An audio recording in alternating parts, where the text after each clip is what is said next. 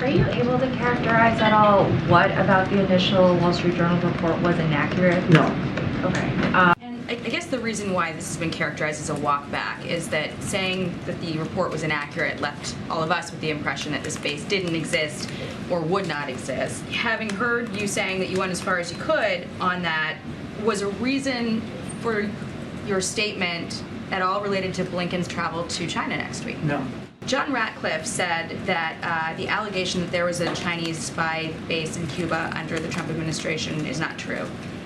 What do you say to that? Not an allegation, true. And our assessment is that the previous administration would have had the same access to that intelligence as we did. Do you think they knew about it? And That's up to them to speak to. They would have had the same access to the intelligence that we would have. when you were briefed on its existence, was the administration told whether or not this information was embraced by the previous administration or anything had been done about it under the previous? I don't know about what was transferred in as far as the transition between the two administrations with respect to this particular issue. I just don't know.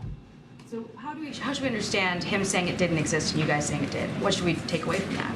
All I can tell you is that it's our assessment that the previous administration would have had access to the same intelligence that we did. Now, whether they availed themselves of that access, whether any one individual saw it and others didn't, I can't speak to it. We weren't here at the time. The administration now says that China already does have this intelligence facility in Cuba.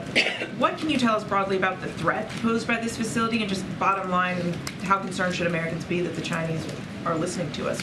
We can continue to protect our nation's secrets in this hemisphere and beyond, and that we can continue to defend the country appropriately. And can you just explain why you didn't confirm all of this when it was first reported last week? You said it was inaccurate, but what was inaccurate seemed to basically be the tense that they, weren't going to establish but had already established this facility. Why wait till Saturday to put this out there? I'm actually really glad you asked that question.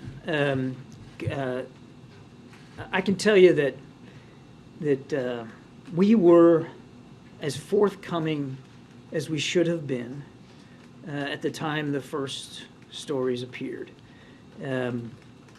There is the sensitive nature of this information is such that we just simply couldn't go into more detail, even before the first story appeared, to try to better inform that reporting. That's how sensitive this stuff is.